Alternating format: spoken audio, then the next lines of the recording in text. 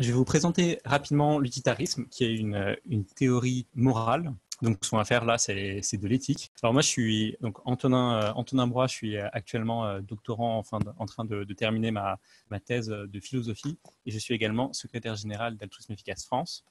Donc, puisque l'utilitarisme est une théorie morale, il faut en dire un peu plus sur ce que c'est que l'éthique. Donc, l'éthique, c'est une discipline qui étudie ce qui est bien et mal, et plus généralement, vraiment en toute généralité, les faits moraux, de manière un peu plus abstraite. Donc, autrement dit, l'éthique, ça a trait davantage à nos valeurs et pas seulement aux faits. Quelques exemples un peu classiques de questions éthiques qu'on peut se poser. Doit-on autoriser l'avortement? Quelle répartition des richesses est-elle juste? Ou a-t-on une obligation morale d'être végétarien? Une des principales questions que l'éthique cherche à résoudre, c'est la suivante: qu'est-ce que je dois faire? Que dois-je faire? Donc l'idée, c'est qu'à tout moment, nous, en tant qu'individus, on peut agir de diverses manières. Plein d'actions possibles sont à notre disposition. Et l'idée, c'est que l'éthique va chercher à nous éclairer sur les actions, parmi toutes celles qui sont disponibles, sur les actions que l'on doit entreprendre, qu'il est moral d'entreprendre. Les questions éthiques sont également pertinentes pour l'altruisme efficace. Donc, pour rappel, l'altruisme efficace, c'est un ensemble d'idées et un mouvement social qui vise à identifier les moyens les plus efficaces d'aider les autres. Et d'emblée, on se rend compte que cet objectif que se donne le mouvement de l'altruisme efficace, il implique un ensemble de questions éthiques en son sein. Par exemple, à partir du moment où on cherche à aider les autres, on peut se poser la question: qu'est-ce que ça veut dire d'aider les autres? On peut y répondre en disant aider les autres, ça veut dire améliorer leur vie, c'est-à-dire améliorer la qualité de leur vie. Et de là, on tombe sur la question: en quoi consiste le bien-être d'un individu, c'est-à-dire en quoi consiste la qualité de vie d'un individu. Qu'est-ce que ça veut dire pour un individu d'avoir une bonne vie ou alors d'avoir une vie qui va mal? C'est à partir d'une réponse à cette question qu'on peut déterminer si on a aidé ou pas la personne en agissant de telle ou telle manière. Donc ça, c'est une question qui est particulièrement pertinente dans une perspective d'altruisme efficace. Une autre question qui va souvent revenir, c'est la question du poids qu'il faudrait attribuer aux intérêts des générations futures par rapport aux poids des intérêts des générations présentes, celles qui existent déjà. Et ça, comme j'imagine pas mal d'entre vous le savent, ça a des grosses conséquences sur les recommandations pratiques qui vont être faites au sein de l'altruisme efficace. Pour répondre à toutes ces questions éthiques, on peut se baser sur des théories morales. Les théories morales, sont juste des théories qui énoncent un ensemble de principes moraux, des principes qui vont guider notre action. Donc, qu'est-ce que c'est qu'un principe moral? Je donne ici quelques exemples. Il faut respecter les droits d'autrui, il faut agir de manière équitable, il est interdit de considérer autrui comme un simple moyen, il est mal de tuer quelqu'un, ou il faut faire preuve de courage et de modération. Donc ça, c'est plein de principes moraux qui peuvent être mobilisés, qui peuvent venir constituer une théorie morale qui a ensuite pour objectif de nous guider dans notre prise de décision au quotidien. Alors, on se rend rapidement compte que les théories et les principes moraux, ils peuvent être plus ou moins éclairants et plus ou moins convaincants. Peut-être que le dernier principe qu'on a mentionné là, il faut faire preuve de courage et de modération, peut sembler peut-être un peu vaseux, un peu vague et pas très convaincant. Peut-être que le premier principe, il faut respecter les droits d'autrui, et semble convaincant, mais n'est pas très éclairant dans le sens où on ne sait pas trop ce que ça implique dans notre prise de décision. Il faudrait préciser bien davantage pour comprendre en quoi est-ce qui contraint notre prise de décision. Donc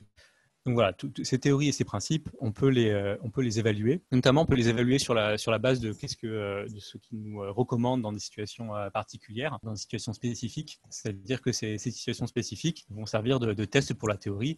Si la théorie elle aboutit à des recommandations très très contre-intuitives dans certaines situations de la vie quotidienne, alors on peut penser que cette théorie morale n'est pas très satisfaisante. Donc je donne ici quelques exemples de situations qui impliquent une réflexion morale, qui pourraient impliquer une réflexion morale. Donc c'est parfois un peu tiré par les cheveux, ou c'est parfois tout à fait des situations de la vie quotidienne. Donc le premier, par exemple: j'ai moins dépensé que prévu ce mois-ci, je peux garder l'argent qu'il me reste pour partir en vacances dans un pays lointain, ou bien donner l'argent à un parent malade ou à une association de lutte contre le réchauffement climatique. Et bien sûr, bien d'autres actions sont également disponibles. Que dois-je faire? Deuxième situation: en me rendant à mon travail, je passe devant un étang où j'aperçois un enfant en train de se noyer. Je peux m'arrêter pour le sauver de la noyade, mais en salissant le costume que je porte, ou bien je peux poursuivre ma route sans m'arrêter. Que dois-je faire? Donc là, vous aurez peut-être reconnu l'expérience de pensée assez célèbre de Peter Singer. Troisième situation: je suis ophtalmologue et un patient bientôt aveugle vient me voir. Je peux lui donner un médicament qui lui sauvera un œil, un autre médicament qui lui sauvera les deux yeux, ou bien je peux également lui donner un médicament qui n'aura aucun effet du tout. Qu'est-ce que je dois faire? Et enfin, quatrième petite situation à test: j'ai promis à un proche parent de donner une partie de son héritage à l'association de son choix, mais il s'avère que l'association qu'il a choisie est néo-nazie. Je peux respecter ma promesse et donner l'argent selon sa volonté, ou ne pas respecter ma promesse et donner l'argent à une autre cause. Que dois-je faire? Donc ça, C'est toutes les situations où avoir une théorie morale à disposition, c'est censé venir nous éclairer sur notre choix. Donc j'en viens maintenant à la présentation de l'utilitarisme, qui est, comme je disais, une théorie morale parmi d'autres. Et c'est une théorie morale qui est particulièrement simple puisqu'elle se réduit en fait à une seule phrase, à un seul principe que j'ai écrit ici: l'action bonne est celle dont les conséquences maximisent le bien-être collectif. C'est-à-dire plus précisément, à tout moment quand on doit prendre une décision et que plusieurs actions sont disponibles, l'action que l'on doit choisir, l'action bonne, c'est celle dont les effets sur le bien-être collectif sont supérieurs aux effets sur le bien-être collectif de toutes les autres actions à disposition. Je vais apporter quelques précisions pour aller un peu plus en détail sur certains aspects de ce principe. D'abord, c'est un peu cette théorie-là fonctionne de manière assez binaire, puisque parmi toutes les actions possibles que l'on peut entreprendre à un moment donné, une seule est bonne. Alors pas exactement une seule en fait, parce qu'il peut y avoir plusieurs actions qui maximisent le bien-être collectif, qui ont exactement dont la valeur des conséquences est la même. Mais l'idée, c'est quand même que, en général, l'ensemble des actions bonnes, il est plutôt restreint par rapport à toutes les autres actions. Toutes les autres actions qui sont alors considérées comme mauvaises. Donc, c'est assez binaire comme théorie. Par ailleurs, ça parle de bien-être collectif. On peut se demander ce qu'est le bien-être collectif. On aura l'occasion d'en dire un peu plus à la fin. Mais en première approximation, il s'agit de l'agrégation des niveaux de bien-être de tous les individus. C'est-à-dire, on prend les niveaux de bien-être de chaque individu et ensuite on les met ensemble et on obtient une sorte de réunion, un regroupement de tous ces niveaux de bien-être. Et le but, c'est de maximiser cette quantité-là. Alors, on peut aussi se poser la question, mais qu'est-ce que c'est que le bien-être? Alors, on a déjà évoqué la notion de bien-être. En philosophie, ça correspond, c'est plus général que notre notion ordinaire de bien-être, puisque ça correspond à tout ce qui est bon ou mauvais pour un individu. En d'autres termes, c'est un peu comme la qualité générale de sa vie ou alors son bonheur. Par ailleurs, on peut noter que l'utilitarisme, c'est une théorie qui est très impartiale, dans le sens où la position particulière dans laquelle je me trouve, par exemple les relations spéciales que j'ai avec mes proches, les relations d'amitié, de parenté ou d'amour, ou bien les promesses que j'ai faites dans le passé, tout ça n'a aucune incidence sur ce que je dois faire. Aucune incidence, bien sûr, au-delà des implications que ces relations ont sur les conséquences de mes actions sur le bien-être collectif. Ces relations que j'ai ou les promesses que j'ai faites dans le passé n'impliquent aucun devoir moral direct. Donc ça, c'est assez intéressant parce que ça tranche avec pas mal d'autres théories morales. Enfin, une manière de caractériser l'utilitarisme, c'est plutôt par la combinaison de trois idées distinctes qui ensemble vont constituer la théorie utilitariste. La première idée, c'est le conséquentialisme, la seconde, c'est le welfarisme, et la troisième, c'est le maximalisme. Le conséquentialisme, c'est l'idée selon laquelle seules les conséquences de nos actions déterminent la valeur morale de nos actions. Le welfarisme, c'est l'idée selon laquelle la seule chose qui a de la valeur morale intrinsèque, c'est le bien-être, et c'est pas par exemple la biodiversité ou la justice. Et le maximalisme, c'est l'idée selon laquelle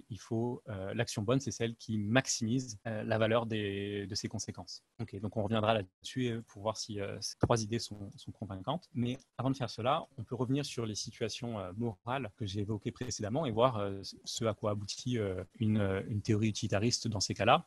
Pour le premier cas où je me demandais où est-ce que je vais dépenser mon argent, et ben, de manière pas très surprenante, selon la théorie utilitariste, je dois donner l'argent là où elle permettra de maximiser le bien-être collectif. On peut facilement imaginer que ça implique que je ne dois pas garder l'argent pour partir en vacances dans un pays lointain. Sans doute, je ne dois pas non plus donner l'argent à un parent malade, mais on peut imaginer plutôt que ça aura à voir avec la troisième option de donner à une association de lutte contre le réchauffement climatique ou à d'autres associations, d'autres causes qui auraient un impact maximal. En ce qui concerne la deuxième situation, là bien sûr, il faut sauver l'enfant selon l'utilitarisme. C'est ça qui permet de maximiser le bien-être collectif. Là, en l'occurrence, c'est le bien-être de l'enfant qui est en jeu. Pour la troisième situation, il faut donner le médicament qui sauve les deux yeux. Là aussi, c'est pas très surprenant. Et enfin, pour la quatrième situation, celle où je peux ou non respecter ma promesse, et bien selon l'utilitarisme, je ne dois pas respecter la promesse, en supposant bien sûr que l'association néo-nazie à laquelle le proche parent m'a fait promettre de donner n'est pas l'option maximisatrice, ce qui est assez raisonnable de penser. Donc là, l'idée, c'est plutôt de donner l'argent de nouveau là où elle permettrait de maximiser le bien-être collectif. Et tant pis pour la promesse qu'on a faite dans le passé. Donc, avant de passer aux arguments en faveur et contre l'utilitarisme, on peut rapidement revenir sur l'histoire de cette théorie. Donc, très très rapidement, parmi les précurseurs de la pensée utilitariste, alors bien sûr, c'est toujours difficile de se mettre d'accord sur ce qu'est un précurseur d'une certaine pensée, parce qu'on peut toujours voir des traces de certaines pensées dans plein d'auteurs et on peut remonter très très loin. Mais en général, il est assez établi que chez le philosophe chinois Mozi, qui vivait au 5e siècle avant Jésus-Christ, on trouve déjà des traces assez prononcées de théorie utilitariste. Mais en général, c'est vrai qu'on fait remonter la théorie utilitariste bien plus récemment à Jeremy Bentham, à la fin du XVIIIe siècle, début du XIXe siècle, qui est un philosophe anglais. Et en général, les formulations les plus convaincantes de la théorie, on les attribue à John Stuart Mill et Henry Sidgwick. Ensuite, au XXe siècle, il y a eu en philosophie beaucoup de discussions autour de l'utilitarisme et cette théorie reste encore l'objet de nombreux débats en philosophie académique avec une certaine popularité, même s'il y a bien sûr plein d'autres théories morales en compétition. Ok, je vais maintenant passer aux arguments en faveur de l'utilitarisme. Là aussi, ça va être assez bref. L'idée, c'est surtout juste de donner un peu un panorama de différents arguments qui ont été mobilisés. Donc, d'abord, il faut noter que l'utilitarisme ressemble un peu à une morale qu'on pourrait qualifier de morale de l'intérêt général, dans le sens où c'est l'intérêt de tous que l'utilitarisme nous demande à tout moment de promouvoir. Ça correspondrait alors à ce qu'un spectateur impartial, comme on dit en philosophie, souhaiterait, c'est-à-dire un individu qui prendrait beaucoup de recul par rapport au monde qui l'entoure et qui ne discriminerait pas, qui ne favoriserait pas indûment certains individus au détriment des autres. On peut imaginer qu'un tel spectateur impartial mettrait en pratique une théorie utilitariste, parce que la théorie utilitariste, en plus d'être impartiale, est aussi à cette sorte d'universalité. Ça, c'est la formule de Sidgwick, selon qui la théorie utilitariste, elle nous demande de nous placer en quelque sorte du point de vue de l'univers. Donc ça, c'est un premier ensemble de justifications qu'on peut donner en faveur de l'utilitarisme. Un deuxième ensemble de justifications, c'est complètement différent, c'est presque l'opposé. C'est de dire que l'utilitarisme, c'est en fait la morale de l'intérêt, de ce que j'appelle l'intérêt égoïste en situation d'incertitude complète. C'est la théorie morale qu'un individu rationnel et égoïste adopterait s'il n'avait vraiment aucune information sur sa position sociale, sa position dans la société. L'idée ici, on peut faire appel à la notion de voile d'ignorance. C'est une notion qui a été développée par le philosophe John Rawls, pour découvrir les principes de justice, il faut s'intéresser à ce que choisiraient des individus rationnels qui seraient derrière entre guillemets un voile d'ignorance, donc qui seraient complètement ignorants de leur position sociale particulière. Donc, est-ce qu'ils vont naître en tant qu'ouvriers ou en tant que grands bourgeois? Est-ce qu'ils vont préférer la glace à la vanille ou alors le pain au chocolat? En faisant abstraction de toutes ces caractéristiques, il faut se demander qu'est-ce que ces individus rationnels choisiraient pour favoriser leur propre intérêt. Et on peut soutenir, il me semble de manière assez raisonnable, que ces individus-là, rationnels, égoïstes,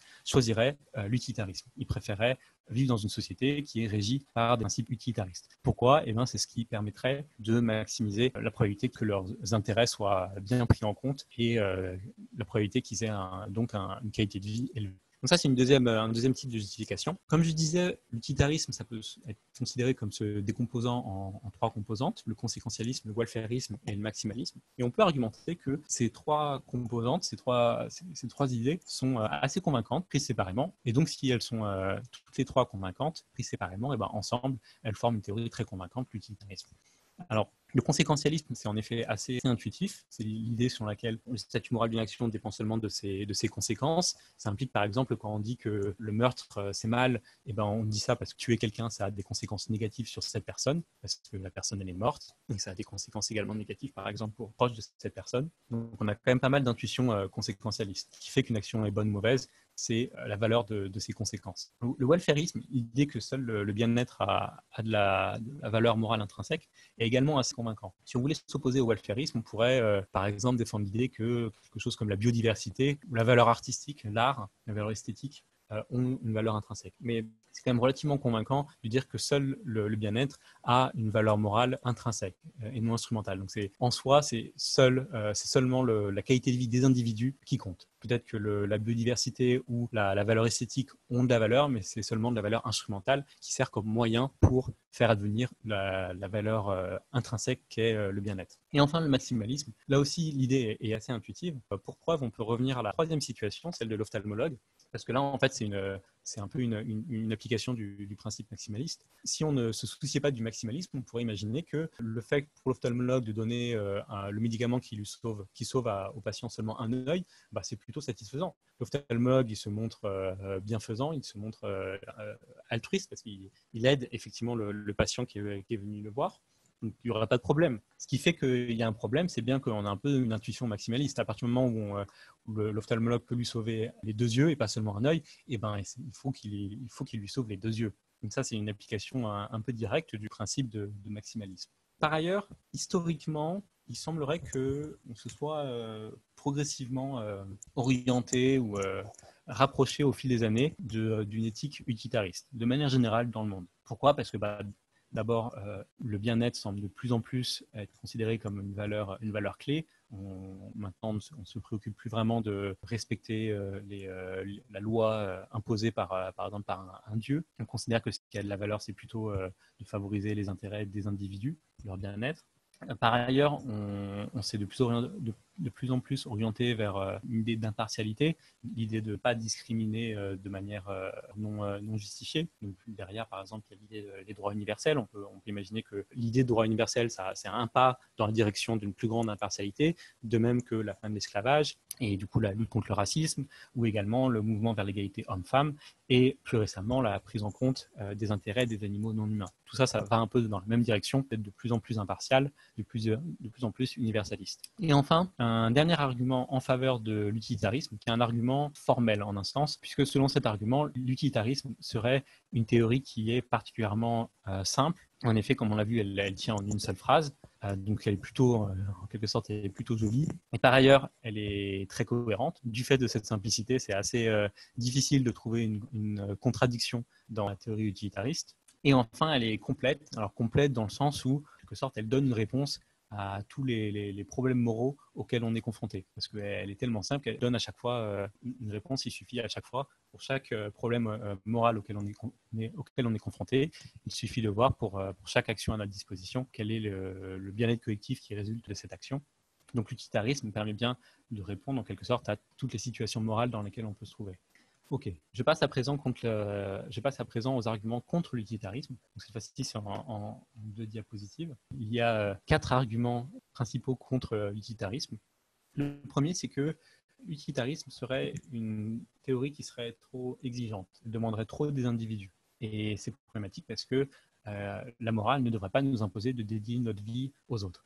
Ça, on l'a vu avec la première situation qu'on a traitée. Si à chaque fois que j'ai de l'argent qui me reste, que je peux dépenser ou bien pour moi ou bien pour les autres, si à chaque fois que je suis dans cette situation-là, je dois la dépenser pour les autres, on se rend assez rapidement compte qu'il ne reste plus beaucoup d'argent à la fin à dépenser pour nous-mêmes et qu'on a dépensé la plupart de notre argent pour les autres, pour aider les autres. Donc ça peut sembler un peu problématique. L'utilitarisme demanderait beaucoup trop de sacrifices. Donc en quoi exactement c'est une critique contre l'utilitarisme ? D'abord, il faut un peu nuancer cette idée, à savoir que l'utilitarisme est certes exigeant, mais si on veut optimiser notre action à long terme, faire en sorte pas seulement tout de suite, pas seulement aujourd'hui, mais également dans les 10 années à venir ou les 30 années à venir, continuer à agir en conformité avec les principes utilitaristes, il faut faire en sorte de se ménager. Il faut éviter de s'épuiser trop rapidement, parce que dans ce cas-là, ça voudrait dire que dans 10 ans ou dans 20 ans, je ne serai plus en mesure de continuer à agir de manière morale en accord avec les principes utilitaristes, en accord avec la maximisation du bien-être collectif. Une deuxième réponse possible, c'est plutôt de se demander pourquoi est-ce que la morale, ça ne devrait pas être quelque chose d'exigeant. Est-ce on pourrait dire qu'effectivement, on a l'intuition que la morale, ça doit nous laisser une certaine marge de manœuvre, que ça ne peut pas nous imposer directement quoi faire. Mais au final, on pourrait quand même argumenter que il s'avère que la morale, qui est la morale utilitariste, elle est exigeante et c'est comme ça. En fait, on pourrait même argumenter qu'on ne se trouve pas dans n'importe quelle situation. On se trouve dans une situation actuellement, nous, ici en France ou dans le monde, on se trouve dans des conditions très spéciales, ce sont des conditions qui sont particulièrement urgentes. On a beaucoup d'opportunités autour de nous d'agir de manière altruiste pour maximiser le bien-être collectif. En quelque sorte, actuellement, dans les conditions actuelles, les circonstances actuelles dans lesquelles on est, la promotion du bien-être collectif, elle passe davantage par l'action altruiste en faveur des autres plutôt que par l'action égoïste. Mais en fait, si le monde autour de nous était bien plus bienveillant, bien plus altruiste, s'il n'y avait pas, par exemple, il n'y avait plus de pauvreté, par exemple, eh ben, dans ce cas-là, la théorie utilitariste recommanderait bien davantage de se préoccuper de nous-mêmes. Pourquoi ? Parce que ça deviendrait le nouveau moyen, la nouvelle action la plus efficace pour augmenter le bien-être collectif. Parce que bien sûr, notre propre bien-être contribue au bien-être collectif. Je passe à la deuxième objection, qui est que l'utilitarisme pourrait, au moins en théorie, mener à la promotion d'actions qui intuitivement semblent être intrinsèquement mauvaises, comme le meurtre. Et dans ce cas-là, l'utilitarisme s'opposerait également au respect des droits des individus, par exemple le droit à ne pas se faire tuer. On peut voir ça par exemple dans les deux situations suivantes qui illustrent ce point. Donc la première petite histoire, alors je suis un juge, il faut imaginer être un peu dans le Far West. Dans un contexte social tendu, une foule en colère demande l'exécution d'une personne pour un crime qu'elle n'a pas commis. Je peux refuser d'accéder à la demande de la foule, auquel cas j'ai de bonnes raisons de penser qu'une émeute meurtrière éclatera, ou bien je peux faire exécuter l'innocent. Que dois-je faire? Et la deuxième situation, qui est assez connue, qui est souvent reprise, un exemple comme l'objection typique contre l'utilitarisme. Je suis chirurgien, j'ai 5 patients sur le point de mourir, chacun en attente d'un organe différent, et un 6e patient actuellement endormi qui vient simplement pour une visite de routine et qui est donc en bonne santé. Je peux tuer le 6e patient et distribuer ses organes aux 5 autres et ainsi sauver leur vie. Que dois-je faire? Dans ces cas-là, le critique de l'utilitarisme dirait que l'utilitarisme nous mène à recommander une action qui viole certains principes fondamentaux. Dans la première situation, l'utilitarisme nous recommanderait de tuer quelqu'un d'innocent, et dans la deuxième situation, de sacrifier quelqu'un qui n'avait rien demandé pour sauver d'autres personnes. Et ça semble plutôt être contre-intuitif. Alors le problème avec cette critique, c'est que si on réfléchit plus en détail sur le contenu de ces petites histoires, de ces petites situations dans lesquelles on est plongé, on se rend compte que c'est assez improbable que l'utilitarisme recommande vraiment l'action qui semble intuitivement mauvaise dans ces situations. Pourquoi? Parce qu'il ne faut pas seulement penser aux conséquences à court terme. Dans le premier cas, l'émeute meurtrière et les plusieurs dizaines de personnes qui vont mourir. Dans le deuxième cas, le fait de sauver 5 personnes. Il ne faut pas seulement prendre en compte les conséquences à court terme, mais également les conséquences à long terme. Et à long terme, on voit bien que dans les deux situations, si on condamne l'innocent ou si on tue la personne en bonne santé, il y aura des conséquences assez néfastes à long terme. Dans le premier cas, on peut imaginer que ça contribue à décrédibiliser complètement la justice et l'institution de la justice. Et dans le deuxième cas, ça viendrait réduire drastiquement la confiance que les patients ont en leur médecin. Et ça, on peut imaginer qu'à long terme, c'est vraiment pas quelque chose qu'on veut avoir. Donc au final, ça veut dire que c'est assez improbable que l'utilitarisme ça recommande vraiment de tuer l'innocent ou de sacrifier la personne en bonne santé pour sauver les 5 autres. On peut bien sûr, on a complètement le droit de spécifier des conditions supplémentaires dans ces petites histoires, dans ces petites situations, de sorte à imposer par exemple l'idée qu'il n'y aurait pas de conséquences négatives. Par exemple, on peut dire, je ne sais pas, dans la petite histoire avec le juge, peut-être qu'on est dans une petite ville des États-Unis et qu'il n'y a vraiment aucun moyen parce qu'il n'y a pas de contact entre cette petite ville et le reste des États-Unis, donc il n'y a aucun moyen que mon action contribue à long terme à décrédibiliser la justice. Dans le second cas, on pourrait imaginer d'autres choses encore. On pourrait imaginer qu'à la fin, une fois que j'ai sauvé les 5 personnes, peut-être que tout le monde oublie ce qui vient de se passer et du coup, il n'y a aucune conséquence néfaste à long terme. Donc, on peut faire des hypothèses comme ça, mais ce sont des hypothèses qui sont assez irréalistes en fait. Dans la vraie vie, ça ne se passe pas comme ça. Du coup, effectivement, si on postule de telles hypothèses irréalistes, effectivement, dans ces cas-là, l'utilitarisme, ça recommanderait de sacrifier l'innocent ou tuer la personne en bonne santé pour sauver les 5 autres. Mais le problème, c'est qu'il s'agit de situations qui sont tellement on va dire, exotiques, on n'a jamais vraiment été confronté à de telles situations, c'est tellement irréaliste qu'on ne voit pas bien l'intérêt de montrer ça. En quelque sorte, on peut très bien dire que dans ces cas-là, on n'a pas vraiment des intuitions, on n'a jamais eu l'occasion d'avoir des intuitions fiables à propos de situations aussi extrêmes et aussi irréalistes. Dans ce cas-là, on peut défendre l'idée que l'utilitarisme s'en sort plutôt bien. Okay, je passe maintenant à la troisième critique, qui est l'objection selon laquelle il serait impossible de mettre en pratique l'utilitarisme parce que les calculs que l'utilitarisme exige sont beaucoup trop complexes. Pourquoi est-ce que les calculs demandés sont trop complexes? Eh bien, parce qu'il faudrait être capable d'évaluer toutes les conséquences de toutes nos actions à disposition sur le bien-être de chacun, ensuite procéder à l'agrégation de tous les bien-être individuels et ensuite comparer toutes les actions entre elles pour déterminer quelle action a conséquences les meilleures. Et ça, effectivement, intuitivement, ça semble être très difficile à faire. Et en tout cas, dans la vie quotidienne, c'est vraiment difficile de mettre ça en œuvre. Si je suis en train de réfléchir à est-ce que je vais aller à la boulangerie pour acheter des pains au chocolat, c'est assez compliqué de me demander de mettre en œuvre un tel calcul. Mais en fait, ce n'est pas vraiment une critique contre l'utilitarisme en tant que tel. Pourquoi? Parce qu'on peut assez facilement distinguer deux choses. D'un côté, le critère du bien, donc ce qui fait qu'une action est bonne ou mauvaise. Et ça, c'est la théorie morale, l'utilitarisme qui nous donne réponse à cette question. Et de l'autre côté, la procédure de décision qu'on utilise effectivement en pratique.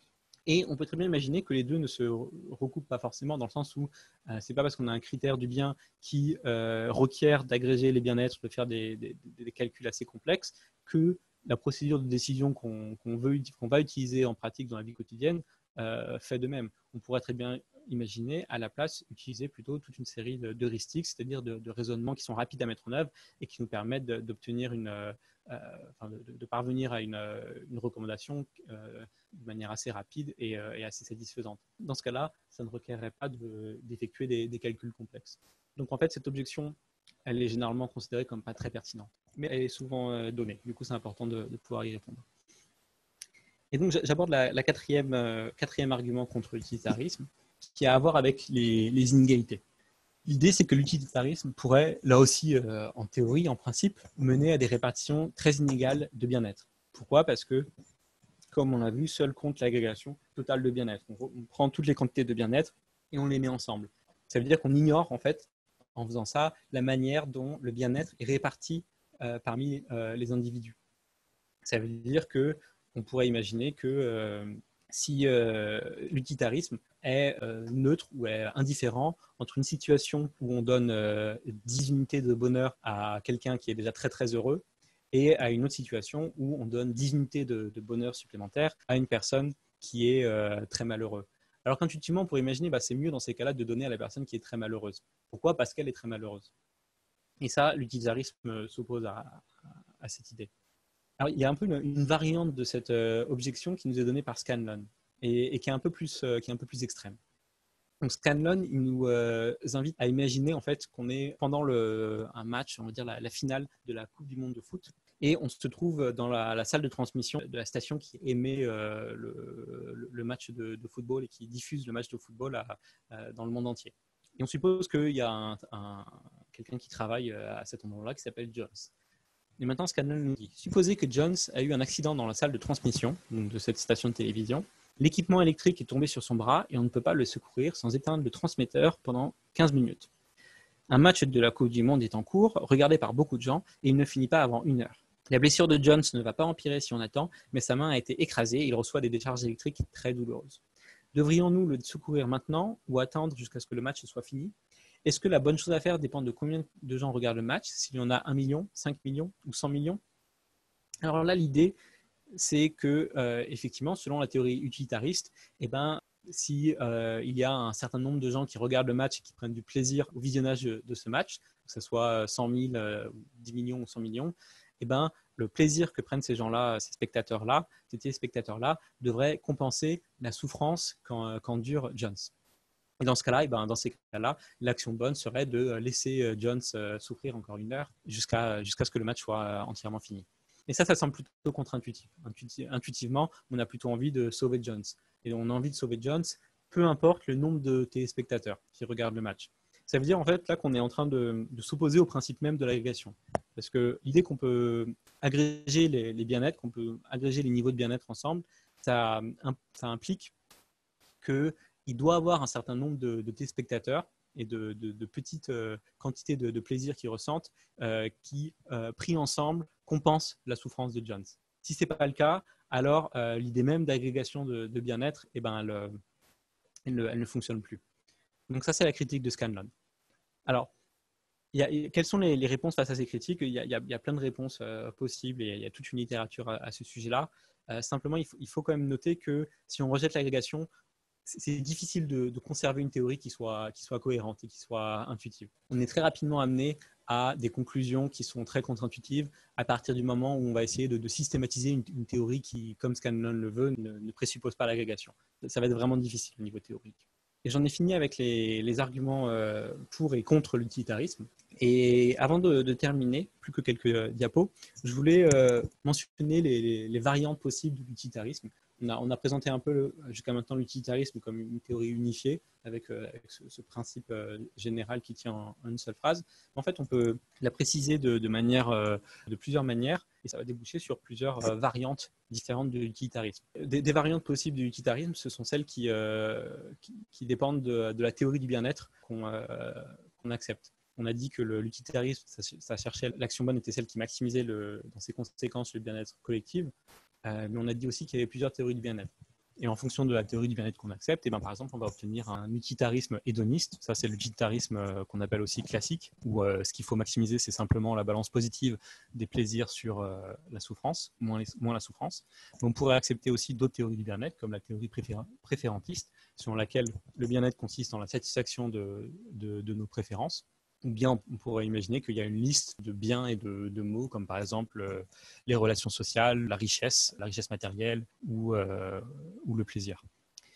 Une autre manière d'obtenir plusieurs variantes de la théorie utilitariste, c'est en faisant varier la procédure d'agrégation du bien-être. Jusqu'à maintenant, j'ai parlé de manière un peu générale d'agrégation, mais en fait, ça peut être rendu plus précis de plusieurs manières.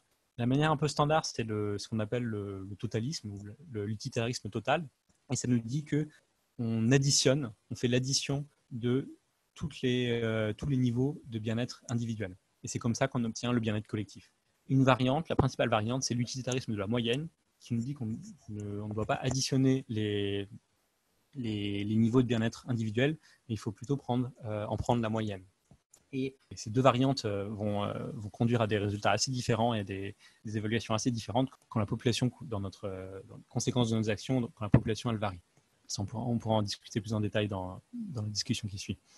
Et on peut encore s'éloigner davantage de ces deux variantes standards du utilitarisme en acceptant une conception prioritariste ou même égalitariste. Alors, ces deux conceptions, strictement parlé, elles n'appartiennent pas à l'utilitarisme. On les considère plutôt on les considère assez souvent comme des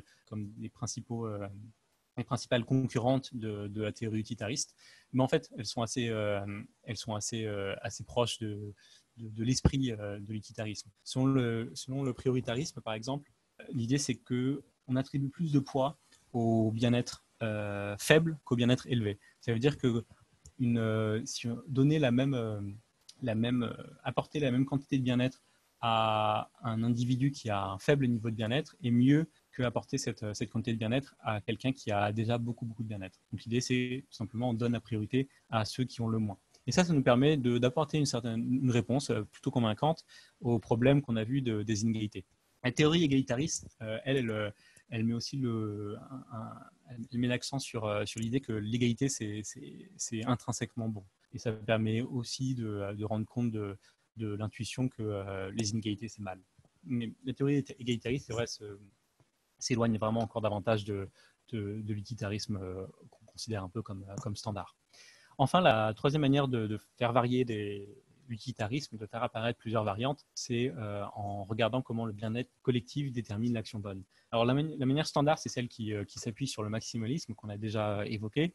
Donc les actions bonnes sont seulement celles qui ont les meilleures conséquences. Mais on pourrait en fait un peu peut-être affaiblir un peu l'utilitarisme ou au moins le rendre répondre un peu à la critique de l'exigence excessive de l'utilitarisme en acceptant d'autres variantes, par exemple celles selon lesquelles l'action bonne, ce sont les actions dont les conséquences sont suffisamment bonnes, c'est-à-dire les actions dont les conséquences dépassent un certain seuil, un seuil de bien qu'on a fixé à l'avance.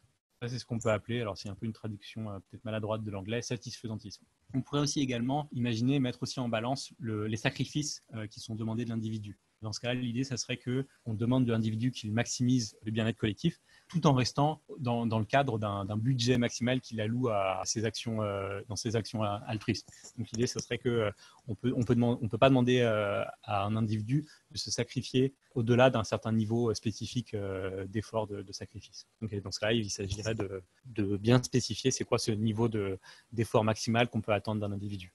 Et enfin, avant de conclure, je voudrais revenir très brièvement sur les relations entre l'utilitarisme, la théorie utilitariste morale et l'altruisme efficace de l'autre côté, pour bien clarifier en quoi elles se ressemblent et en quoi les deux divergent. D'un côté, l'utilitarisme, comme on l'a vu, c'est une théorie morale. De l'autre côté, l'altruisme efficace, donc AE, c'est pas du tout une théorie morale.